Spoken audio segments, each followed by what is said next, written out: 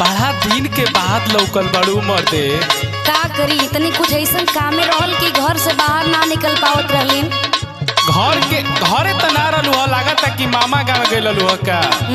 तो हूँ बहुते तेज बड़ा माने पता लगाइए लेला। फोनो करतानी त नहीं खुठावत, ब्लैक लिस्ट में डाल देले बड़ू। ना ना ऐसन बात नहीं खे, मामा उमा सब लोग साथ में रहत रहे तो कैसे फोन उठा के बात करी। बतावा कितना दिन मिलले भइल बा हमरा। अच्छा तो बतावा, देखत तनी आज तो बड़ा रोमांटिक लगत बड़ा। एकदम। अब सुनो, सोचा तनी न कि हवे वाला हो जाओ, का दिक्कत बा। का हो जाओ, तोरे कहले के मतलब का बा हो।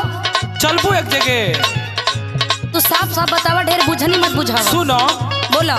चलू चलू रे, चलू चलू रे, चलू चलू रे पत्थर की पोखरिए में।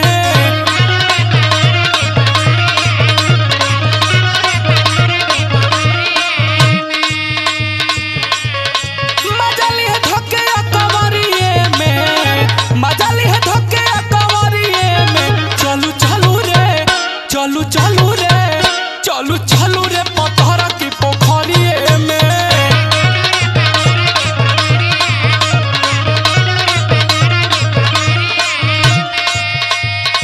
सुना सुना सुनावा। तोहार बात सुन के तो हमारा मन बहुते डेराता।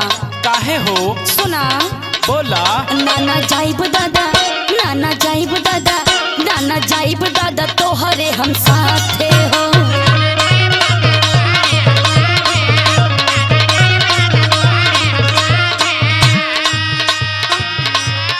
नहीं त लगबा तोरा सहटे हो, नहीं त लगबा सीना सहटे हो। नाना जाइब दादा, नाना जाइब दादा, नाना जाइब दादा तोहरे हम साथे हो।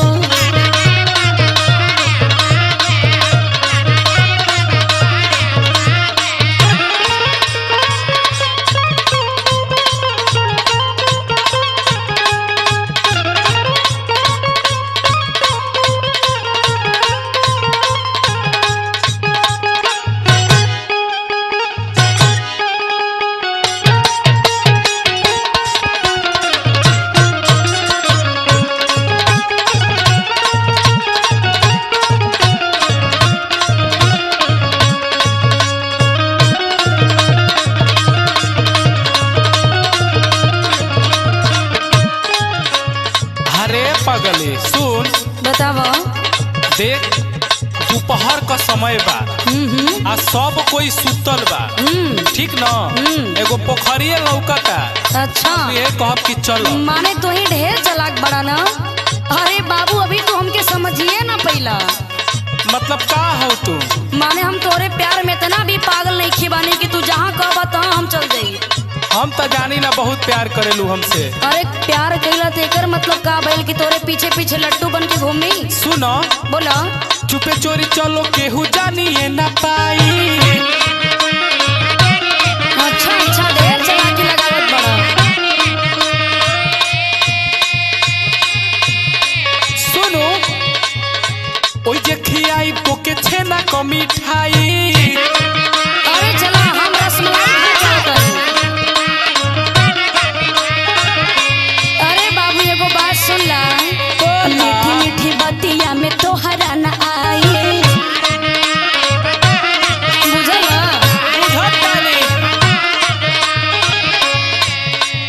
इज्जत अपन बाबू हम ना लुटाई। बेवकूफ बुझत बड़ा काम के। सुनो। बोला। बड़ी मजा आई हो अन्हरिया में,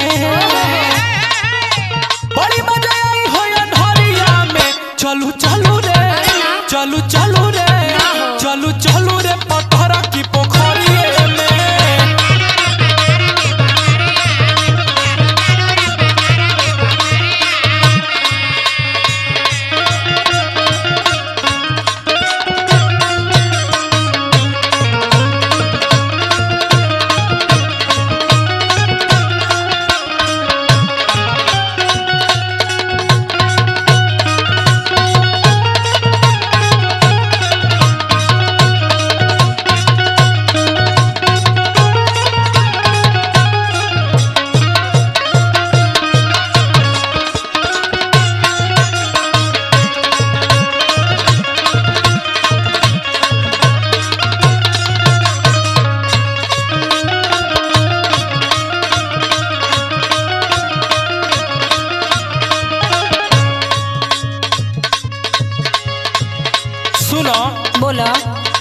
एगो बात कही, बोला।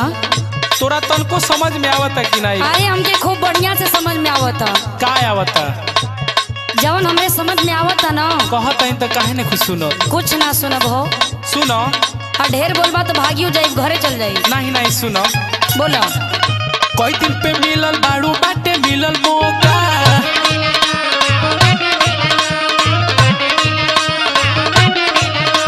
अच्छा अच्छा रहत यार जनी दिह तू धोखा।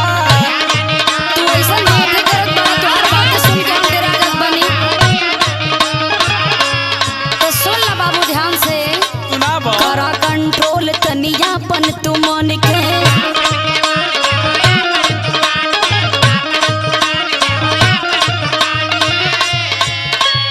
सुना। बोलो। सुना राहुल सैनी की सलूटे देवना धन के।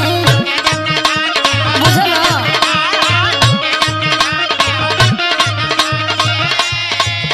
अरे पागली सुन, बोला।